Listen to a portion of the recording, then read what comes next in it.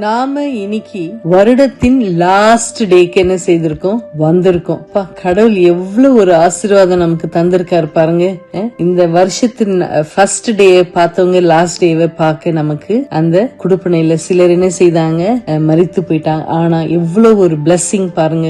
நம்ம இந்த 31st இரவு பாக்குறதுக்கு கடவுள் என்ன செய்தாரு, நமக்கு இந்த ஆப்பர்ச்சுனிட்டியை தந்திருக்காரு. 2 நாளாக நான் சொல்லிட்டு இருக்கேன், எப்பவுமே நம்ம நன்றியோடு இருக்கணும். we should count our blessings, எண்ணி பார்த்து நன்றி சொல்லணும். அது ஏன் சொல்றேன்னா, அது நம்முடைய பிசிக்கலுக்கு ரொம்ப அது என்ன செய்யுது, உதவி செய்யுது. ஃபர்ஸ்ட் என்ன செய்யுதுங்களா, நம்ம நன்றி சொல்லும் போது, இப்ப நீங்க ரோட்ல நடந்து போயிட்டு இருக்கும் போது கூட அந்த ஜெப்ரா கிராசிங்ல இப்படி கிராஸ் பண்றீங்க, அது டிரைவர்ஸ் ஆட்டோமேட்டிக்கா என்ன செய்யணும், நமக்கு நிறுத்தணும். ஏன்னா அது கிராஸ் பண்றதுக்காக கொடுக்கற இடம். அந்த கிராஸ் பண்ணும்போது டிரைவர் நிறுத்துறாங்க, அது அவங்களுடைய கடமை. ஆனாலும் நீங்க ஒரு கையை தூக்கி ஒரு தேங்க்யூ அப்படின்னு சொல்லிட்டு போங்க, உங்களுக்கு எவ்வளவு நன்மை தருது, அந்த ஓட்டுற டிரைவருக்கும் அது எவ்வளவு நன்மை தருதுன்னு. நம்ம தேங்க்ஸ் மற்றவங்களுக்கு சொல்லும் போதும், அவங்க நமக்கு சொல்லும் போதும் நமக்கு நிறைய ஹெல்த் பெனிஃபிட்ஸ் இருக்கு. அதுதான் சயின்ஸ் என்ன செய்து ப்ரூவ் பண்ணது. நம்ம என்ன செய்யுமா, நம்முடைய மன அழுத்தம் என்ன செய்யலாம், குறையுமா. நம்ம யாருக்காவது நன்றி சொல்லும் போது ஸ்ட்ரெஸ் ஹார்மோன்ஸ் இருக்கு, அதாவது கார்டிசால் என்ன செய்யுது,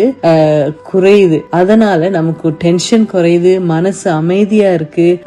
அதிகமாக யோசிக்கிற பழக்கமும் என்ன செய்யும், குறையும். யோசிக்கிறதுனா கவலைப்படுறது பழக்கம் குறையும். அடுத்ததாக நம்ம தேங்க்ஃபுல்லா இருக்கும் போது நம்மளுடைய ஹாப்பினஸ் என்ன செய்யுமா, அதிகரிக்கும், மகிழ்ச்சி அதிகரிக்கும். நம்ம எல்லாருக்குமே தெரியும், ஹாப்பி ஹார்மோன்ஸ் டோபமின், செரோட்டோனின், அதுங்க என்ன செய்யுமா, அதிகமா நமக்கு சுரக்க ஆரம்பிக்கும். அப்போ நம்ம மனசு லைட் ஆகும், சந்தோஷம் நேச்சுரலா நமக்கு என்ன செய்யும், எப்பவுமே நேச்சுரலா ஹாப்பியா இருப்போம். அப்புறம் டிப்ரெஷன் வர வாய்ப்பு என்ன செய்யும், அதிகமா குறையும். அது மட்டும் இல்லைங்க, நம்ம எப்பவுமே தேங்க்ஃபுல் ஹார்ட்டோட இருக்கும் போது நம்ம இருதயமும் என்ன செய்யும், ஆரோக்கியமாக இருக்கும். நம்ம பிளட் பிரஷர் குறையும், ஹார்ட் ப்ராப்ளம் எல்லாம் வராம என்ன செய்யும், இருக்கும். தூக்கம், சிலருக்கு நிறைய பேருக்கு நமக்கு தூக்கம் வராது. ஆனா நீங்க கிரேட்ஃபுல் ஹார்ட்டோட தேங்க்ஃபுல்லா மற்றவங்களுக்கு நன்றி சொல்லி பாருங்க. ஏதாவது ஒரு சின்னதான் பண்ணிருப்பாங்க, தேங்க்யூங்கன்னு சொல்லி பாருங்க. அது உங்களுக்கும் பெனிஃபிட், அவங்களுக்கும் பெனிஃபிட். அப்படி இருக்கும்போது நம்மளுடைய தூக்கம் என்ன செய்யுமா, அப்படியே சூப்பரா நம்ம என்ன செய்யலாம், நிம்மதியா நம்ம பிரெயின் ரெஸ்ட் கொடுக்கும், நல்ல தூக்கம் வரும், டீப் ஸ்லீப் இருக்கும்.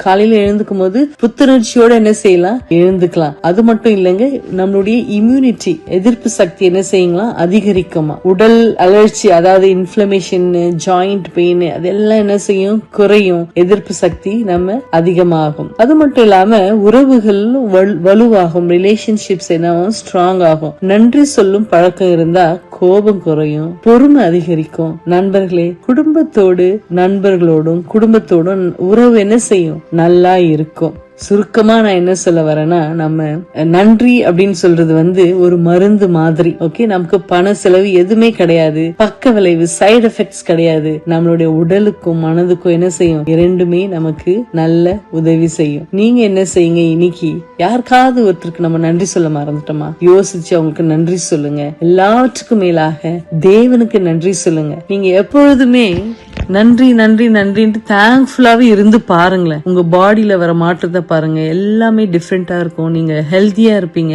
உங்களை சுத்தி இருக்கிறவங்களும் ஹாப்பியா இருக்கலாம், நீங்களும் ஹாப்பியா இருக்கலாம். தேவன் நம்மை ஆசீர்வதிப்பாராக. Good night.